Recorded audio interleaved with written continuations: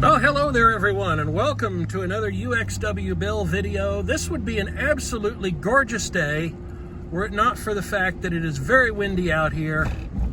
We're making a video today because Naughty Truck is at it again. Those of you who are paying attention and using context clues, you probably already have some idea what this is about. As for the rest of you, well, you'll get to find out in just moments from now as the video progresses.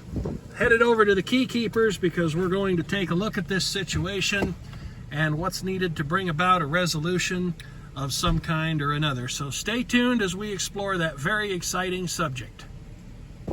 Yes, folks, the trouble that Naughty Truck is causing today involves its tail lights. The fast blinker that you just witnessed is a result of this broken wire.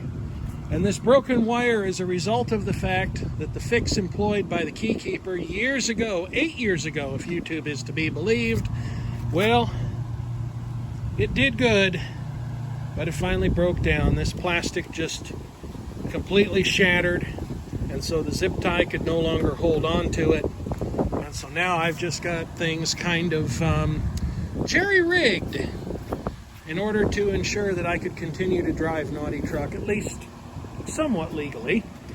But today we're finally going to look at changing these out. I actually bought a set of replacement tail lamps on Amazon, because you can get everything on Amazon, of course. These are a complete set, left and right.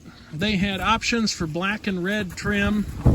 I chose the ones that have got the red trim because I'm pretty sure that's good for 50 or 60 more horsepower when Vortec kicks in, yo. Anyway, they come with new wiring. It plugs right into the factory connection.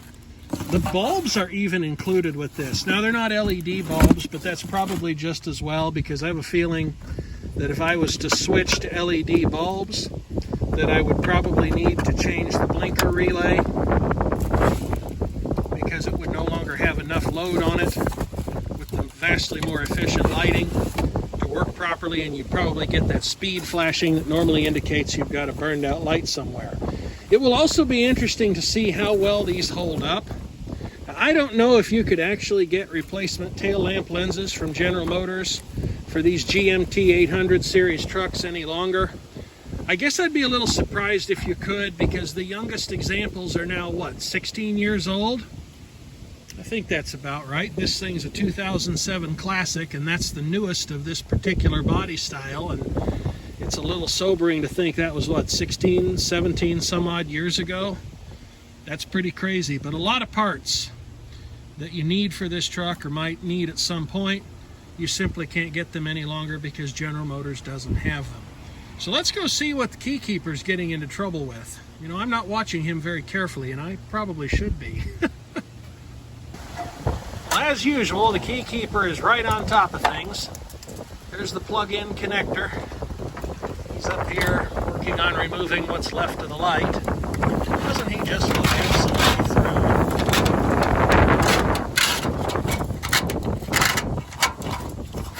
And there, thanks to the wonders of the scanning electron iPhone, is a look at the pathway that wire takes. Now let's see if old UXWBill can actually still get up, and amazingly he can. And presented here, for no better reason than I can do so, is an informational label that I found wrapped around the wiring loop covering for this tail light on its wiring harness. And based on the country of origin, I at first wondered if maybe this was a replacement lamp assembly. But based on that date, it's got to be the factory original. Here's a much better look at how the plastic that was drilled by the Key Keeper all those years ago finally failed. And of course, when it failed, the lamp assembly simply dropped down, and it ended up breaking this wire, which of course is for the right-hand turn signal, hence the fast blinking that you saw. This is of course not the first time that a failure like this has taken place. It's the zip ties that usually fail first, and they let this thing drop down. And so it was that the wiring from this lamp socket was ripped loose, and as you can see, I actually ordered an inexpensive replacement lamp socket, and then I went ahead and just patched it in with some of these Wago connectors, which have actually worked quite well.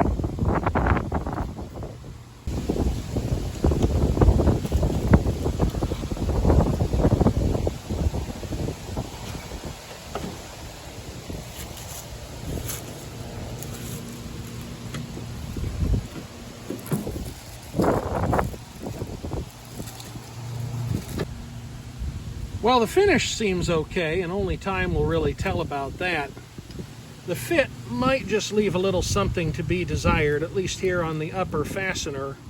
This speed nut doesn't align quite correctly with the opening in the truck body, and it was only by tapping on this and holding it in place that I've gotten it to fit as well as it does. Now, down further, things are definitely a lot better in terms of alignment. On the left-hand side, we have the new lamp and lens assembly, and on the right-hand side, we have the original one. And wow, what a difference there is.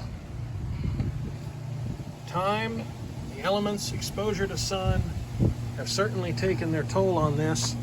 You can see in places where the plastic has cracked and crazed and delaminated and discolored over the years. So it'll be nice to have some new ones, at least for as long as they happen to stay nice and new looking. Something I keep meaning to mention and forgetting, although this was a complete kit in the sense of bulbs, wiring, and the lens itself, they didn't actually include any screws. I guess the assumption was made on the part of the manufacturer that you'd still have your factory original screws, but of course we do not. And so it is that we are just using random fasteners from the Keykeeper's incredible collection of random automotive-related fasteners.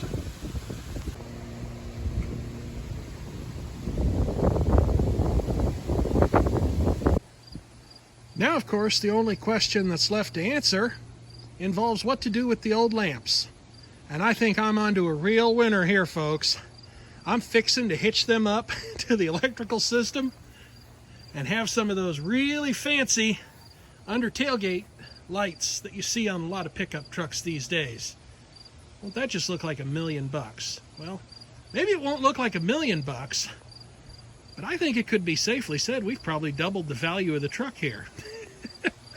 In any event, folks, thanks for watching. That's all there is. As always, I look forward to hearing your constructive commentary, and I hope you're having a wonderful day.